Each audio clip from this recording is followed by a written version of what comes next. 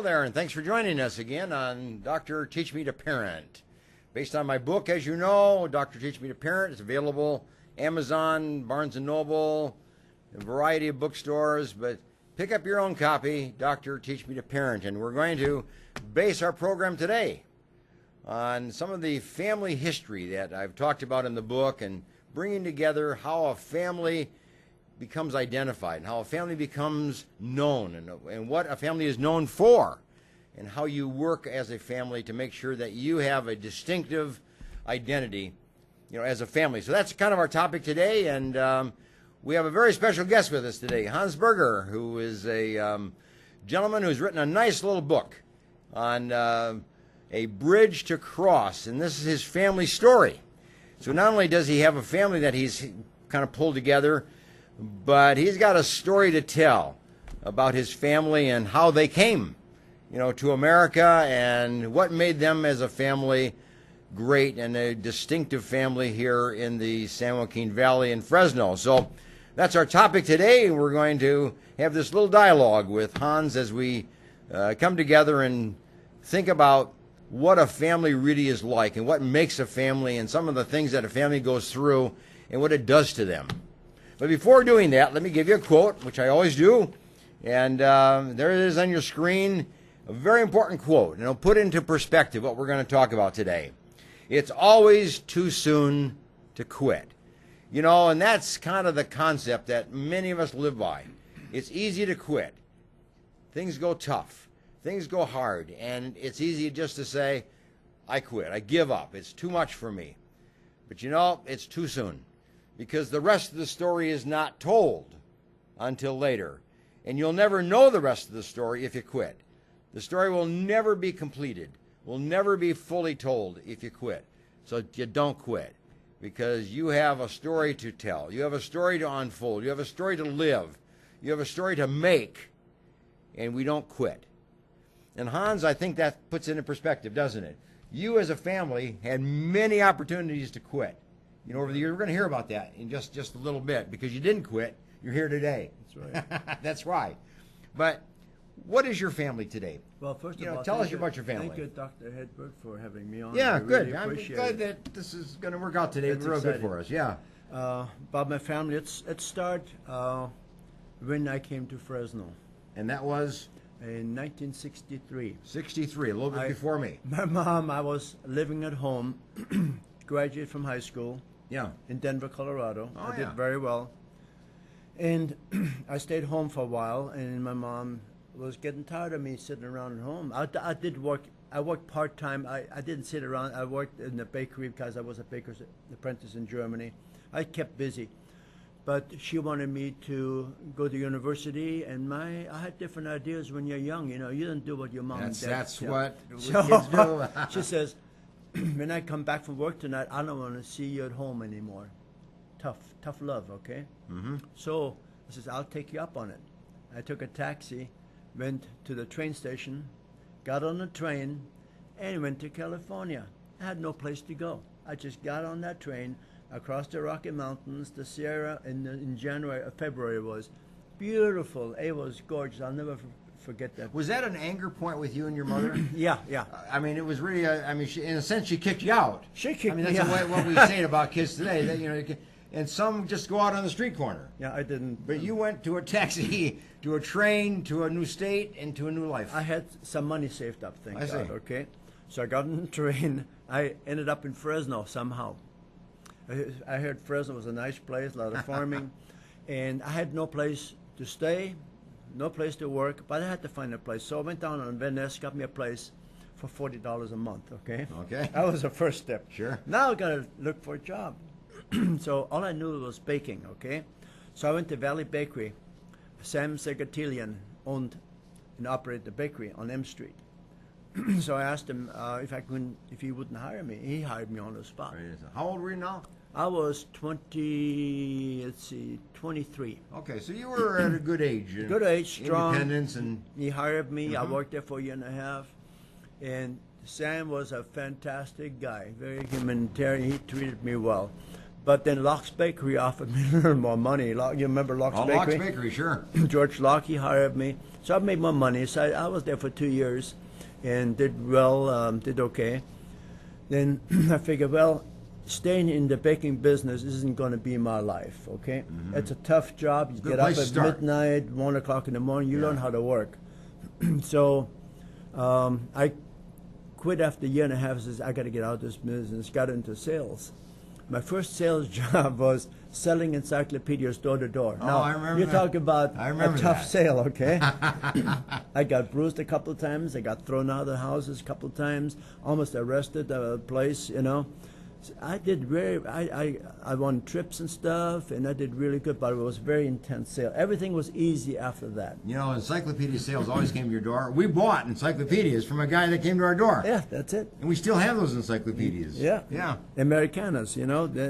And from there, I got another job, calling on grocery stores, selling grocery products. I enjoyed that a whole lot. Spices and salt. Leslie Salt, remember Leslie Oh, Salt? yes, I sold yes. it. Yes. I did that for about 3 years. Then I wanted to sell apparel, men's apparel. I kind of liked clothes. So I knew Levi Strauss and Company. It's okay if I mention them. Sure. I was downtown on Battery Street in San Francisco. So I'm a go-getter. I don't sit still.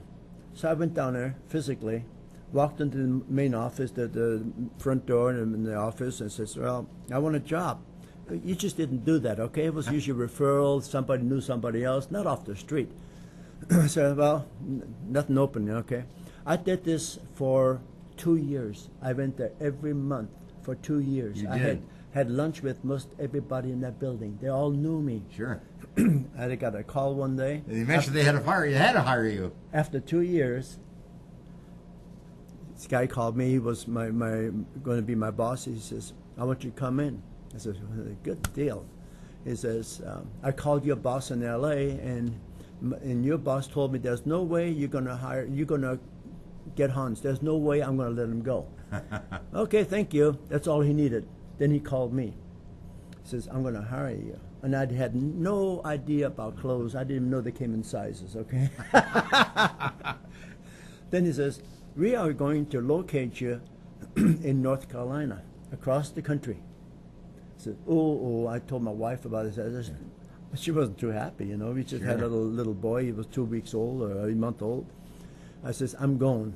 I like challenges. So they sent me to North Carolina, Bloomington, North Carolina, and I got a job selling Levi's for, I was out there 8 years. 8 years in North Carolina. Very good. So that's how I got going into sales, okay? And it's been my life. And You know, it's an interesting thing. We start out with the quote, you know, it's too soon to quit. For 2 years, every month, you went back and asked for a job to this Levi Strauss company. Yeah. For 2 years, and they every month they said no, and you went back. Yeah. They had to hire you just to get rid of you. But that's an interesting story, though, in terms of how employment comes about. You don't just kind of wait for it to come to you. You pursue it, and you pursue it, and you pursue it. And I was #1 salesman. With Levi Strauss, I was #1 salesman. Not all the time, but I worked my way up. Sure. I got trips to Hawaii. I got a new car. I won national sales contest. I just don't give up. I work hard, okay? Does that tell something about you and your family? I mean, is there a particular value? Is there a particular trait? Or like your DNA? Is there something about you as a family that stands out from everybody else? Is it related to this? Certainly is. My mom was very persistent. She never gave up. To me, I don't give up. There are no problems. There are challenges in life. There are Yeah. no problems. They're all challenges, and you go after the So challenge. that became your family identity, That's it. That's right it. from your mother. Yeah, and then you Totally. carry that on. And what about your kids? Have they carried that on too? Yes, they're very successful. I got two sons. They're very. One is in Lincoln. He lives up in Lincoln. You know what, by Marysville. He works Yes. for HP, and as an engineer. And my other son, the younger son, lives in San Diego. He works for Aetna. Both of them doing very well. These boys. But this idea of not quitting, No, you don't quit. persistent, taking challenges, welcoming challenges, opening your door to challenges. Yep, that's it. You don't say you can't do it. You just when we came to the United States, I went to high school, not speaking one word of English. Yes. Now, I didn't know about this Holocaust stuff, because in the German books, there's nothing written about that. No. Absolutely nothing. No. A little Jewish boy told me about all this stuff. I says, boy, I don't know, he's been smoking something, you know.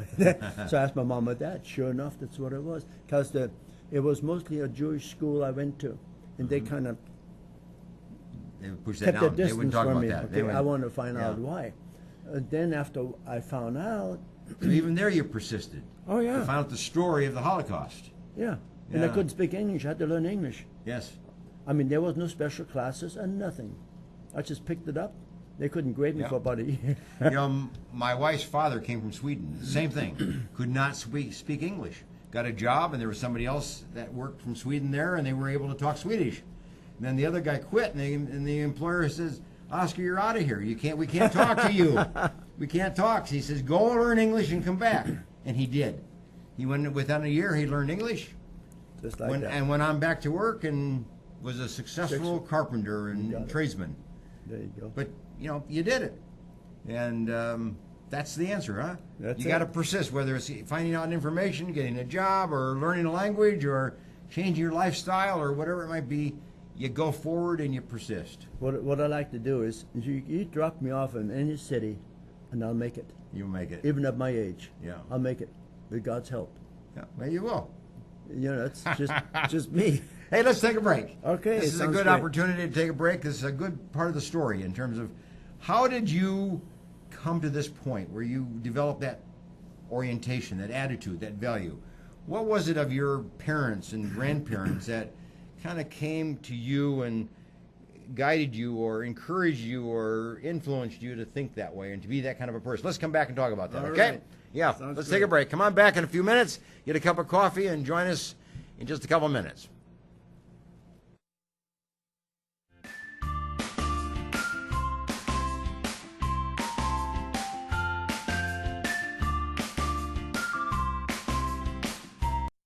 The Green Gables Care Home is a 24-hour assisted living facility for the elderly located in Clovis, California, offering spacious private and semi-private rooms which are wheelchair approved, catering to the special person in your life who needs attention and wants to live in a loving home environment. The Green Gables Care Home has assisted living in secured homes for elderly with Alzheimer's, memory loss, and for your loved ones needing assistance with their activities of daily living. Call 559-297-9438 and visit greengablescarehome.com.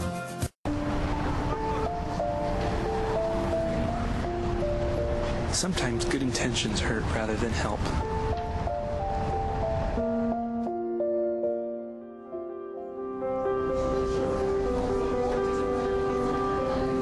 For just $1.76 per meal, the Fresno Rescue Mission offers more than food. We offer hope. Please donate today. Do you need a locksmith? Layman's Lock and Safe Service and Repair is available for you. 559-228-1805. Gained a lot, learned a lot, and got a lot of love. If it weren't for the knowledge that I had gained from the classes at PCC, I probably wouldn't be the mom I am today. See, there it goes. I would love you to meet my son, Aaron. My situation was very difficult. I didn't know how my life was going to turn out. We graduated in June 2010 and we got married in July. And through family, the Pregnancy Care Center changed our lives. The Pregnancy Care Center was a huge, vital part in helping me walk through that pregnancy, in educating me and loving on me during that time.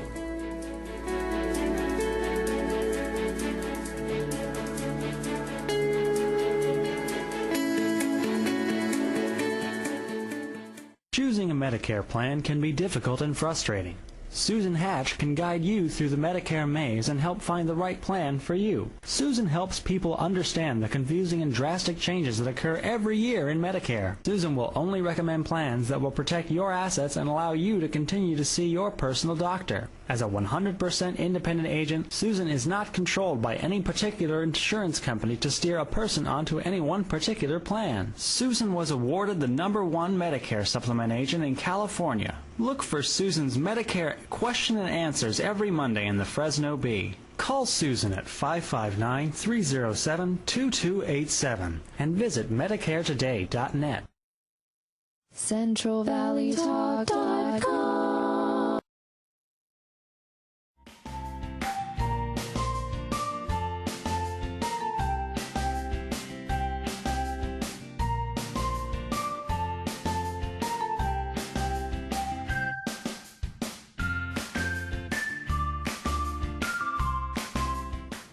Okay, thanks for coming on back and joining us for our second segment of Dr. Teach Me to Parent. We're talking with Hans Berger from Germany originally and now in Fresno, and wrote the book on his family story.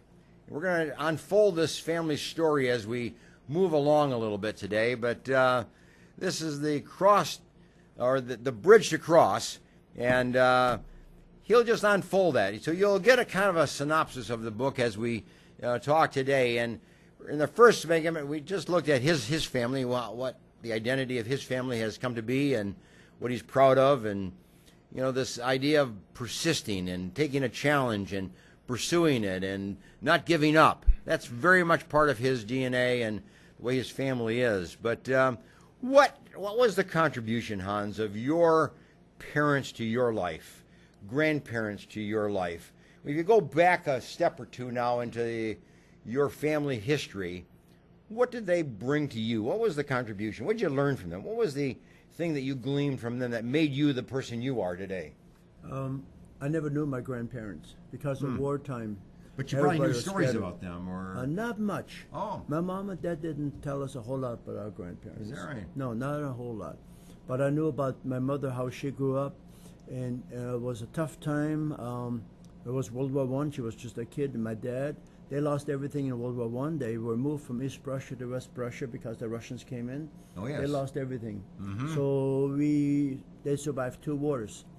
And because of the wars, the hard times, it changes your character. My mother was a lady tough as nails. You didn't want to be on her bad side, okay, for one thing. But she never gave up. She worked day and night. She sewed all the clothes us 4 kids wore. I was 14 before she bought me a suit. I was 14 years old. Up to that point, she made the shorts, she made the socks, everything. She would have made the shoes had she known how to make shoes, okay? She did everything. She put her life on the line for us kids. She worked day and night. When you grow up with a mother like that, that's an example. It's a model, of how you live. I mean, that has got to teach you kind of a basic value, that you fend for yourself, you develop what you need, you create what you need, you make what you need, and you make it in life. That's right. You don't just kind of say life is tough and it's hard and, look for somebody to come along and help you out or give you the handout. I mean, she did it herself, huh? Yes, she did. And you must have seen her do all that work. You must have learned how to sew and learn how to make things and learn how to be creative and learn how to persist. Yes. In spite of all the hardship.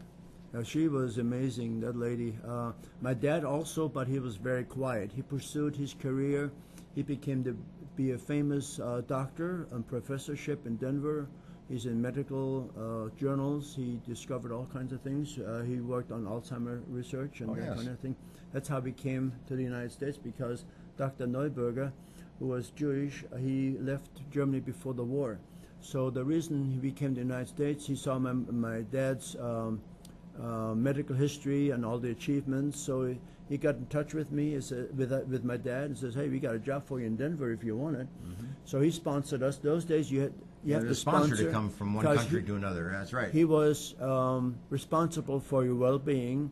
In case something would have happened, he would have had to supply our needs at that time. That's right. That's what a sponsor does. They commit to making sure that you're successful and that you don't end up on the street. When you were not a burden to the government. That's right. Okay? No handouts. And he paid for everything. He never met us, not one of us. He paid for our trip, got us a house, everything, and never met one of. I mean, the guy was fabulous. What a guy. He was Jewish, and we had all kinds of Jewish. I love Jewish people. They're wonderful people. And it was wonderful that he gave us the opportunity. And that's where your mother then really just provided for the family internally. She made your clothes, she made your food, she baked, and she cooked, and everything from the raw, right from scratch. And at the same time, my dad worked in Munich. I didn't see him very often because he got on the train Monday, came back on weekends, okay? He stayed up there quite a ways. And my mother also worked. She was a master seamstress.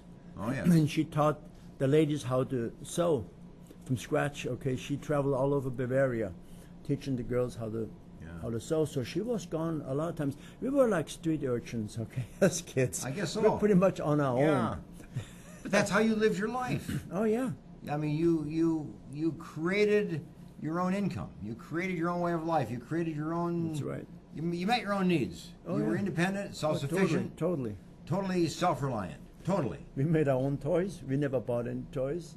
We made our own trucks. We made our own kites. We made our own slingshots. You know how boys are, right? Sure. We never bought anything. We made all the stuff ourselves because there wasn't any place to buy it. My mom and dad didn't have the money for it. You didn't have any money for that. So we made our own stuff. Yeah. We created it. And that's what's lacking today. Kids are not as creative as we used to be because we had to be. Mm-hmm. Now you can buy everything done. You didn't have to go out and do That's make right. your own things. Yeah. And you learned that from your parents. Yeah. And then you became that kind of a person. And have your kids kind of followed that pattern? I mean, has this been a generational pattern of being self-reliant, self-sufficient, make your own things, do as much independence as you That's can? right. That's how my boys are. They are? Yeah. They've caught that same The thinking same spirit. pattern. Yeah. That's how they were. They were successful. They didn't sit back and didn't lay around. They went to work. I didn't have to tell them to go to work. They just got up and they achieved. They got both degrees. I didn't have to push them. And you never kicked your kids out like your mother No. said to you, go. I could go. never. The birds do that, you know. When you got wings, they throw you out the nest. That's Yeah. kind of like what they did. That's what they do. Yeah, but you didn't have to do that with your own kids. No, They, no. They were self-reliant, self-sufficient. They knew what they're going to do. They moved on and became independent and became very successful kids. Yes. You got to be proud of that. You betcha. They're Yeah. great kids. And all this came from Germany. All this came from a time when the wars were going on. All this came at a time when your family was oppressed and under the guise of you could have all been killed. Oh yeah, You could have all died. very easily. This all happened in 43, 44. We lived 1943, 44, right at Heidelberg. the end of the war. You've been World to War II. Heidelberg, right? Yes, I've it's been a there. gorgeous town, medieval Yes. town with the Neckar River going through town, the castle. We faced the castle. Oh, yes. It was a life, it was a child's dream. Till my mother spoke out against Hitler, what was on her heart? She had to speak out. There was a group of women, the men were all gone fighting, okay? There's just That's group right. of women, they met for coffee clutch, you know what that is in the That's right. afternoon, had coffee and cake and that kind of thing. And they talked about the war and this and that and the other. Well, they had a spy in the middle of them. They didn't know there was a spy in the midst of them. Mm-hmm. And her husband was an SS officer. Yeah. Nobody knew. And she leaked everything to her SS officer. She also told her husband that my mother and dad were listening to enemy stations, BBC, which automatically, That's British broadcasting. yeah, Mm-hmm. you were killed. They shot Automatically, you, yeah, okay, yeah. because Hitler didn't want Anything to do with England. and the truth. They didn't want anybody to know the truth. So then they interrogated my mother, the SS, and they injured her badly. Twice it happened. She come back white as a sheep. My sisters told me. I don't remember anything. I was only 2 years Sure. old. But my oldest sister, you know, she saw it knew all. and- Then the Gestapo sent us across town to a abandoned slaughterhouse for undesirable Germans. So that was us and Jewish people and Slavic people, whoever, you know, was against Hitler. And you know what was going to happen to you. And they Maybe closed, you didn't know, but they closed the grocery stores. We couldn't buy food. That was the end of the line. Then one night, a friend of ours came to us and says, Mrs. Berger, they're on their way to arrest you, the Gestapo. That meant concentration camp or they shot you. So my dad beat him to it. He packed us up, took us to a train station, and went to got on a troop train to the Russian front, but we got off in Berlin, okay? 500 kilometers east from where we lived. Yes, yes. My dad said goodbye. He figured he'd never see us kids again, and his wife. He said goodbye. Don't ask me how he survived for a year and a half. How does To a me, father do that? I don't know. How does a father put his family on a train, not knowing where they're going to go and where they'll end up and what would happen to them? To me, it had to be, it's incredible. But he must have had a faith, he must have had a hope, you know, that something good would come from that. You betcha. He relied on God, and my mother relied on God, and everything worked out good. There were angels in our life. I mean, it's unbelievable what happened. Unbelievable how we survived. But you bonded together as a family. This Yes. is the interesting thing, that when you go through a crisis, Yeah. you know, the people who go through a crisis together bond. They become a family. Stronger. And stronger than they were ever before. So here you are as a family, two kids and a mother, right? 4 kids. 4 kids and a mother.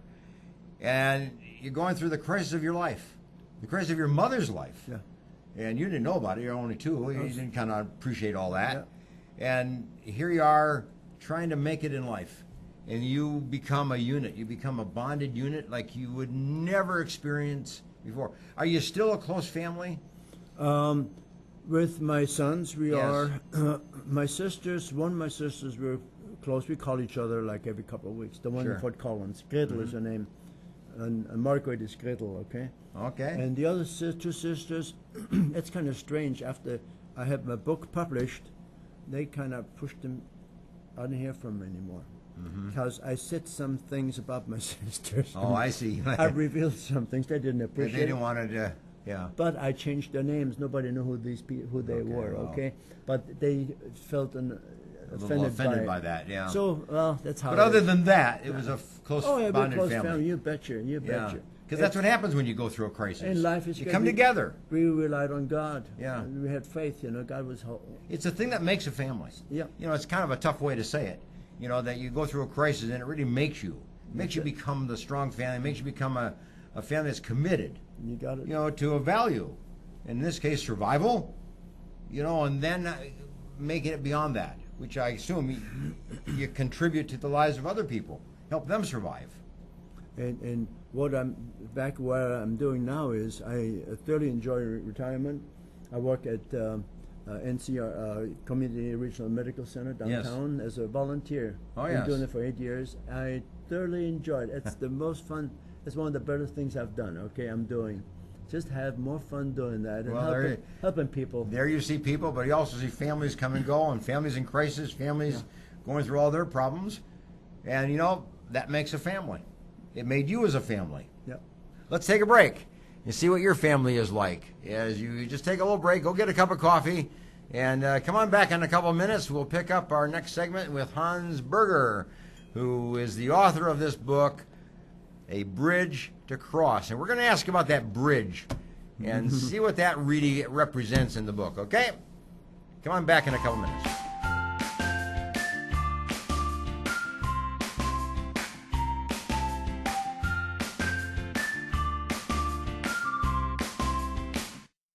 When you need a dentist who has a passion for superior aesthetics and comfort, you need Dr. Christopher Wong with Cedar North Dental. Call 559-432-4948 or visit cedarnorthdental.com.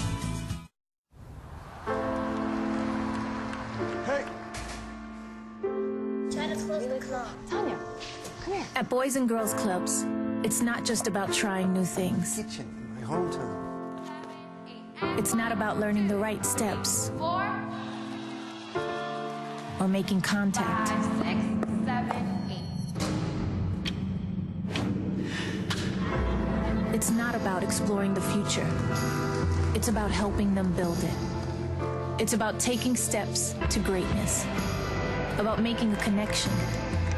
It's about proving every kid and teen has what it takes. It's about people in our clubs who bring out the greatness in every kid who enters our doors. It's not just about being on stage. It's about walking across it.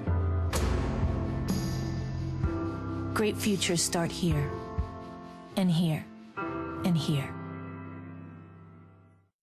Sat7 is a Christian media network that uses uncensored satellite television to broadcast across the Middle East and North Africa, and is also available globally online.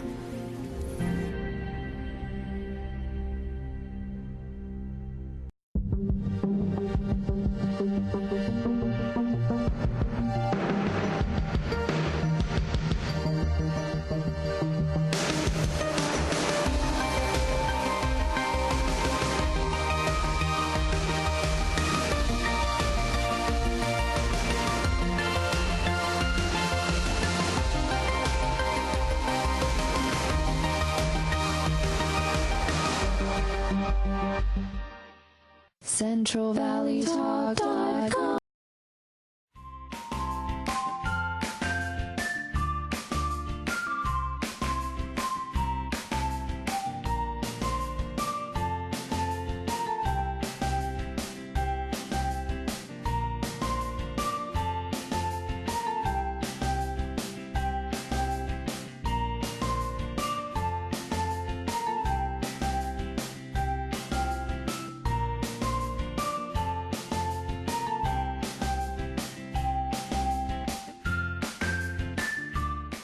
Okay, welcome back as we pick up our story with Hans Berger, the author of A Bridge to Cross. And we've been talking about his family. We've been talking about what happened in his life history that made him the person that he is today, and how he's carried it on to his family. And happened to write the book, The Bridge to Cross, a true story of one family's fight from the Nazis. And what's the bridge, Hans? You must have stood at some bridge that was a very profound and meaningful time in your life, a life-changing experience, apparently. You wrote a book about it. Yes. What's the bridge? Okay, the bridge is a place, it's the border between Poland and Germany. We had to cross to get to the west where the Americans were. The Americans occupied all of Germany, France. Not occupation, but they were in control of the west. They stopped the Russians from crossing the Oder-Neisse River. They would have done it had it not been for the Americans. That's the river between Poland and Germany. Oder-Neisse River. Poland, there's a river there, and it's a very substantial river. And this was the bridge across that river. That's it, and we did it. I'm going to tell you all about it, but before I do, we were in October 44. My grandfather, we stayed with him for a short time, finding out he was a Nazi sympathizer, and my mother, and he proceeded to kidnap me because he lost his two boys. Mm-hmm. He wanted me, so he got me on his bicycle, took off. My mom went after him like a grizzly bear, knocked him off his bike, and rescued me. By the same time, he called the Gestapo on my mother. So we had to leave. We were at the same place as in Heidelberg now, except 500 kilometers east.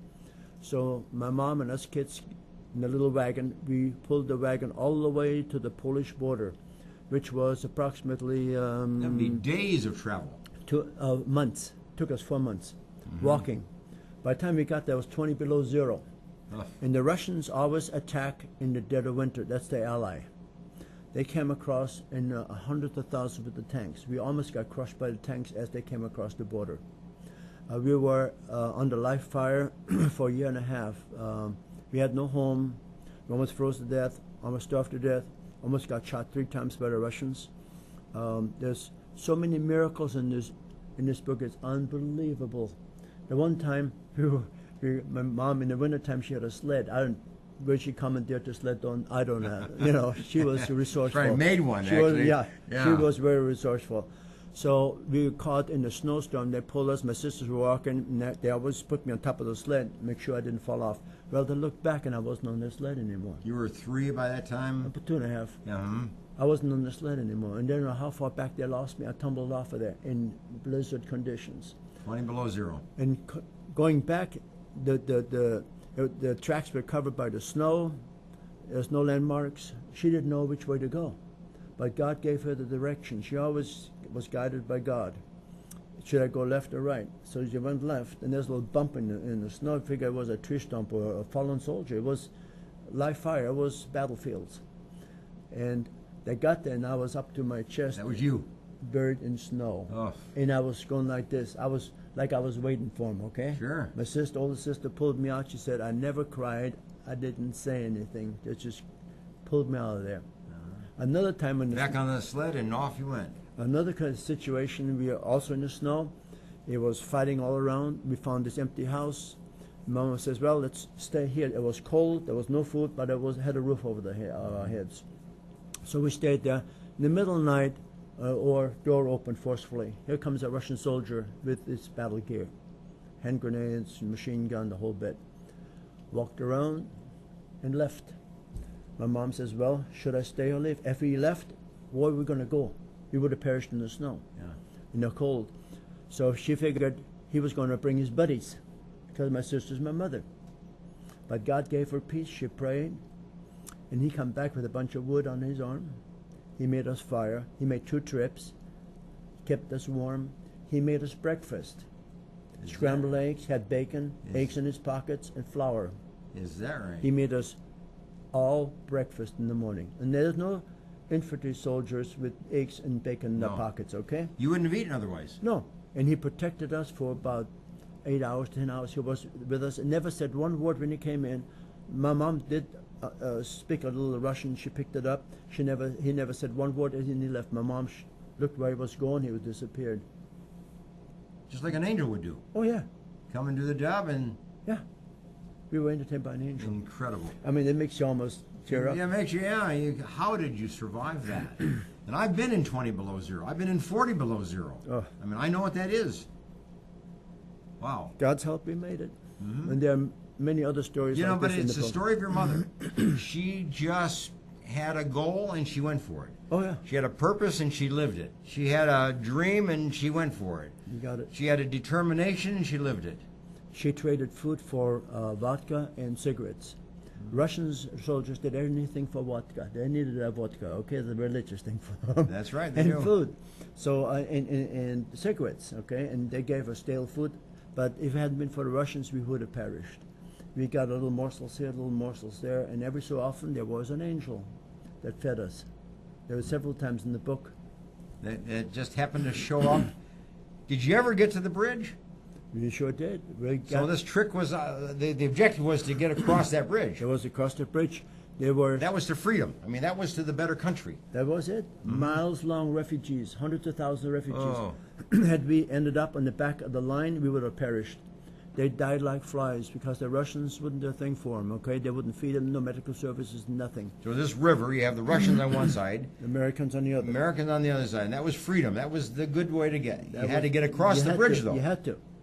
And so my mother, with her guts, she pulled us all the way to the front. We walked all the way to the river. I can see your mother doing that. She would push people aside. I can see her doing that. They're hassling all the way. Then we stopped. On the 3rd floor, there's a big Russian general. He motioned her to come up.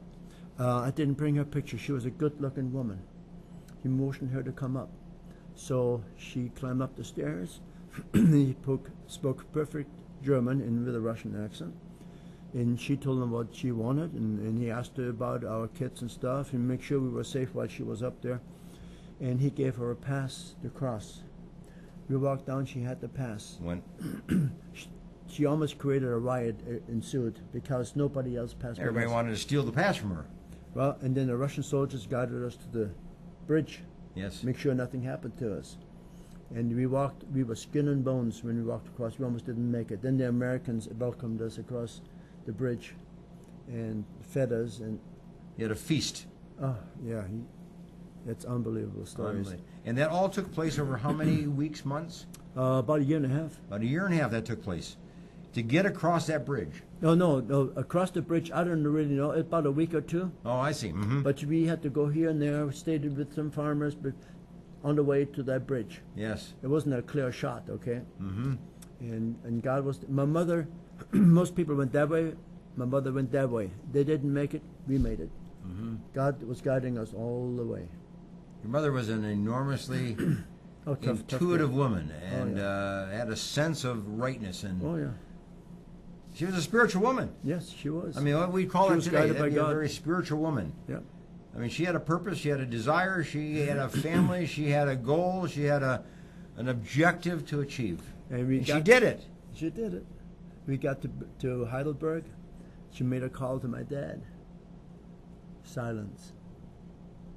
It wasn't anything for quite a while. My dad couldn't believe it. Uh-huh. He was crying. Oh, yeah. I assume. Almost makes me cry. Yeah, I assume that he just broke down and thought he would, when he put you on that train, how many...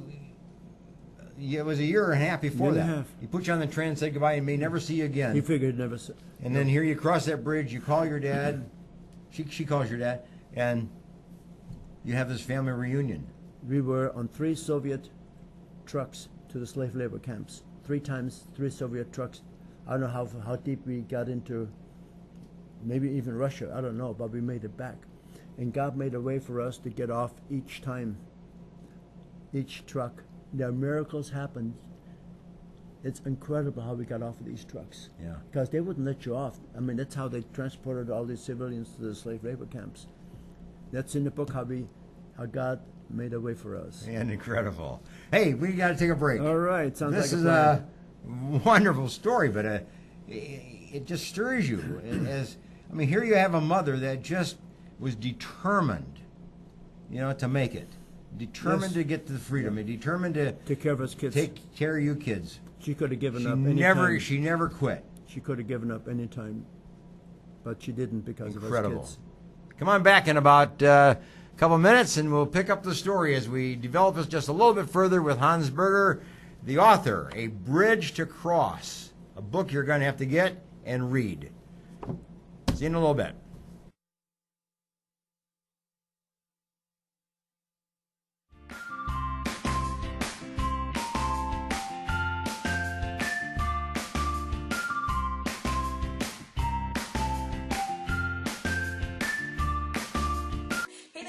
I'd like to introduce you to someone really special and really cool. This is my mom. My mom is an amazing person. She is a writer. She is a newly transplanted Texan. She is a woman of faith and she loves 80s music. She also is a person with a very rare genetic muscular disorder called Pompe disease. Pompe disease is a terminal, progressive illness. It's a genetic enzyme deficiency which ultimately leads to the destruction of your skeletal muscles. Those are the muscles that control how you move, your arms, your legs, and your torso. When your jaw or esophageal muscles are affected, you can no longer eat and require a feeding tube. When your diaphragm is impacted, you can't breathe on your own any longer and require a trach ventilator. When your legs are impacted, you will no longer be able to walk without assistance. You can lose bladder and bowel control. It affects children and adults, and eventually it kills you. It is rare, but it's real. Now, we're lucky. My mom's still able to walk, though she uses a cane to get around most of the time. She's still able to breathe unassisted, but she can't go upstairs, and she needs some kind of assistance to get up from a seated position, like if she's sitting in a chair.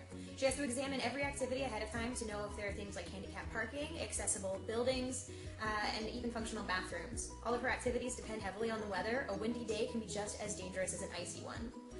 She jokes that you can tell what kind of day she's having by whether she can lift her arms high enough to do her hair. And she recently moved into a one-story house specifically with the idea that she's one day going to need a wheelchair to get around. Those are the kind of things she has as everyday concerns. Her normal everyday fears are things like dropping her keys or falling in public and not being able to get up. That actually happened a couple of years ago. She fell and fractured her pelvis because she was unable to break her fall. I receive an enzyme replacement therapy every 2 weeks for life. It's a 6-hour IV. It helps slow the progression of the disease, but it is not a cure. And it costs about $100,000 every time you sit in a chair. Insurance takes care of most of that if you're lucky, but not everyone is, and the expenses add up very quickly. Things like wheelchairs, accessible vehicles, special housing, travel costs to medical conferences, doctor's appointments, and clinical trials. Luckily, there is a group that helps families with Pompe handle these costs. The United Pompe Foundation is a group connecting funds with real people who need help. This was founded by a father whose son has Pompe disease, and they could not find the resources that they needed. They assist patients and their families with medical costs and other expenses that they need to survive day to day. Every little bit helps. There are a lot of things in life that we really take for granted, and sometimes the scariest things in the world are the things that you can't see. So today we're asking for you to help us shed a little light on a rare and scary disease. Please share this video with your friends, your family, strangers, anybody that you come across. Education is a big thing. It makes a big difference. And another way to make a really huge difference in someone's life is to go check out the United Pompe Foundation. Their website is in this video description. Click on it, check it out, and go ahead and donate some money if you're able to. Again, this is an organization giving real help to real people who are amazing and need it, like my mom. I love her, and thank you so much for helping us out. Thank you so much.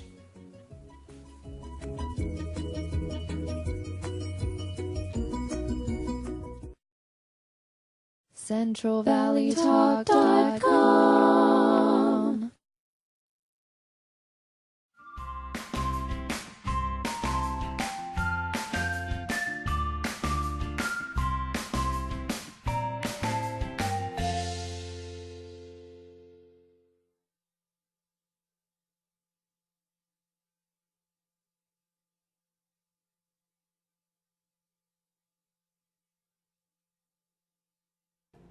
Okay, welcome back, and thanks for joining us for our little last segment here now. So hang in there with us as Hans Berger unfolds his story about how this family survived, and the critical moment was when they stood at the bridge between Poland and Germany, and whether they were able to cross that bridge or not into freedom.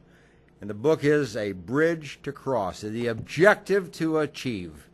And because of his mother, they were able to cross the bridge and move on into Poland, which represented the United States, which represented freedom, which represented America at the time of the war. And as a result of that, the family survived, and the family lives today. That's right. And you're here to tell the story. But what I'd like to know is, what happened once you got across that bridge?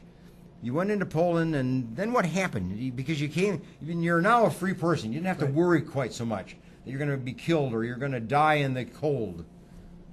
We still had to worry about the Russians because they were on their way to Berlin. That was the objective with their tanks. So you didn't want to get in the way. We still saw Russians, but the pressure was off. We went to Halle, Germany, Leipzig, where my other grandfather lived, my dad's father. He took us in for a while, and then after a while says, better move on, okay? My mom was not easy to get along with, okay? But we recovered somewhat there. Then we made our way to see my dad, when she called him on the phone. And yes. When I got back, I was 3.5. My sisters my oldest was around 12, and the other one was about 9, and that. So we were happy there, but the same people still were there that wanted my mother dead before we fled. So we couldn't stay there. So my dad got a job at the Max Planck Institute in Munich. So we moved to the Austrian border, about 30 kilometers north. Yes. And life was a dream in the Bavarian Alps. I had the most fun. I was chasing goats and cows. I've been there. Beautiful. Gorgeous place. I had the best of time. Somehow my sisters never went to church a lot.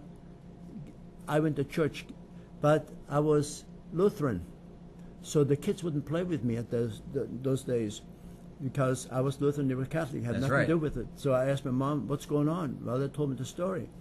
Then he says, well, I'll become a Catholic. I don't care. So I became a Catholic. I became an altar boy. Man, life was good. It was wonderful, I went to church every day. I rang the bell at 6 o'clock every morning by hand. They didn't have automatic, Yes, that's right. A big bell. Woke everybody at 6 in the morning. I'm sure they loved me for it. And my priest, he was a nicest guy. He took me under his wings. He fed me every so often because food was scarce. We stole from the farmers because we were starving. Even after the war, there wasn't any food around. No. We took the fruit off the trees and that kind of thing. Corn off the stalk. Oh and yeah, ate it. we had to, to survive. But life was good. Other than that. And you ended up where? We ended up in Stadach-Egendach. It's an Austrian border. Right at the Austrian border. And then we moved to Osling 3-4 years later. I was 12 years old when we moved to Osling. Yeah. And it was a little closer to Munich where my dad worked, so he came home every day. And from there we left for the United States out of Osling, Germany. That's why people wanted to come to the United States. This is a fantastic They want to come place. to freedom. They want to come to where there is, as compared to where there is not. All right. Yeah, well, wonderful place. And had it hadn't been for the Americans, I wouldn't be here today. The story is very similar to what we experience today, Don. Amen. Where people want to come here. Yep. They want to live by the here. scores, just like they were at the bridge between Poland and Germany. In Germany, there's a saying, das Land der unbegrenzlichsten Möglichkeiten. Das Land der unbegrenzlichen Möglichkeiten. That means the land of unlimited opportunities. Land of unlimited opportunity. That's what America I found out. is seen to. You found that out yourself. I grabbed it. I grabbed it. But your mother didn't cross illegally. No. She crossed with a coupon and was vetted and moved on through. Yep. And you all came. We all came. And you've lived, what's the word, happily thereafter. Oh, yeah. I mean, whatever. It's been a great life. No regrets. You had a great opportunity. That's why people want to come. You have to grab the opportunity. It's right. before you. Say, tell me this. You got this whole story. This whole family went through tremendous agony and difficulty in life. What does this tell our American families today? The world families today?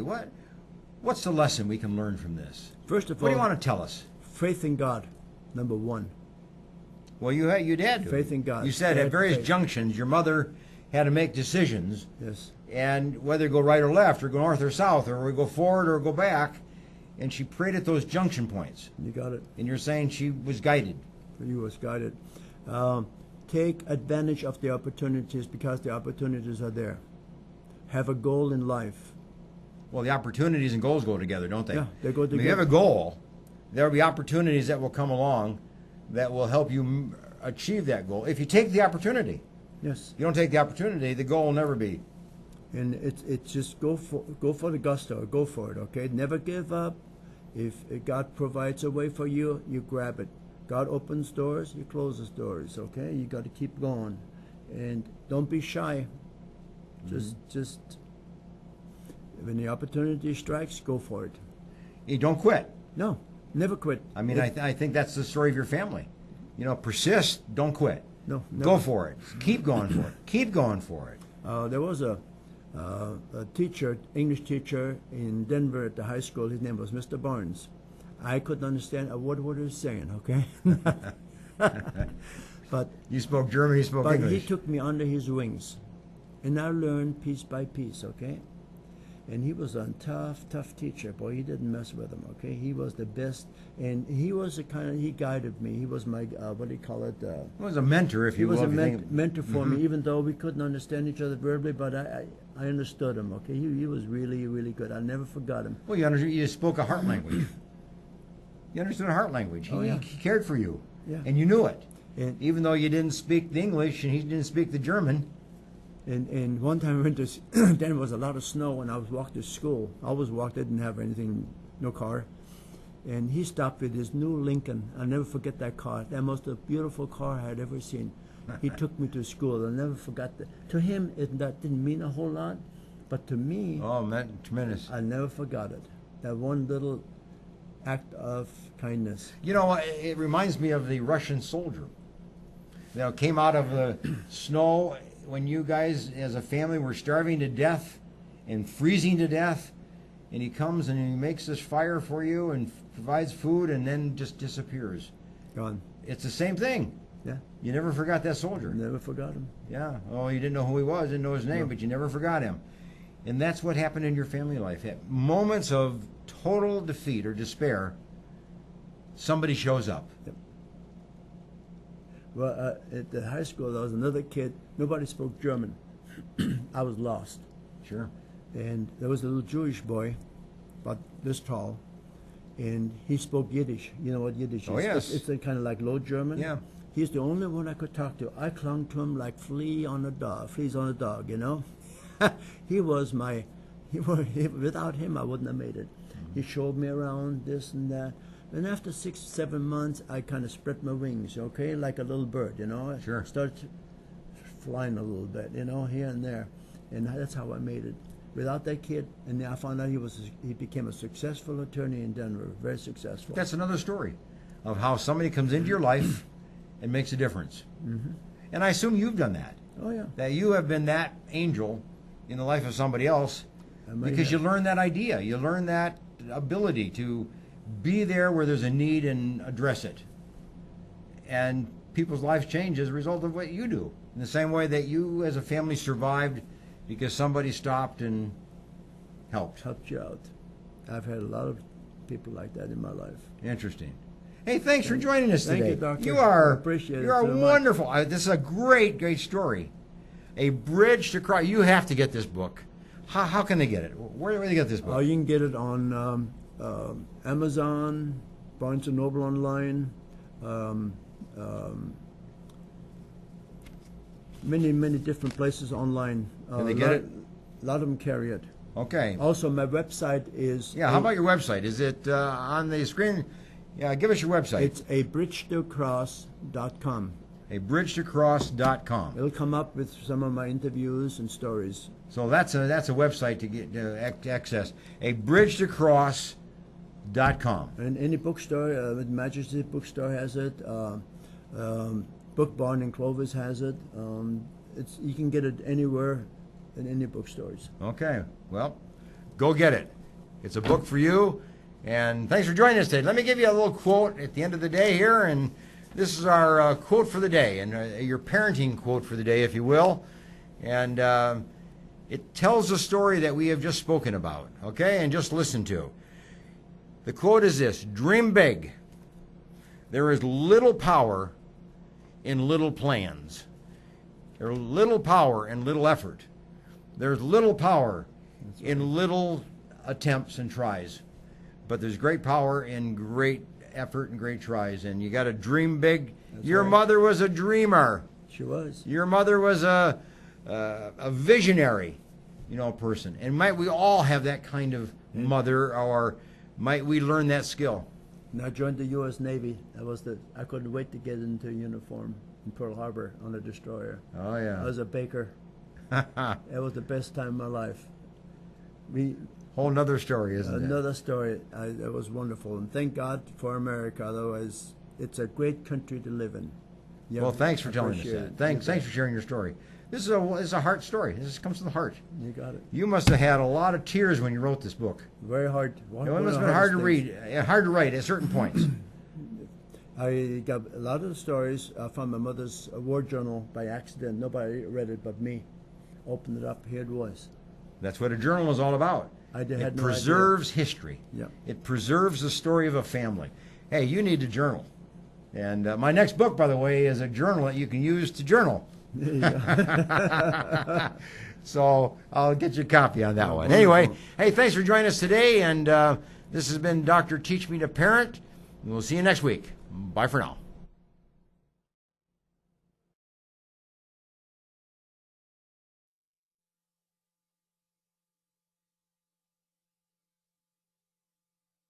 CentralValleyTalk.com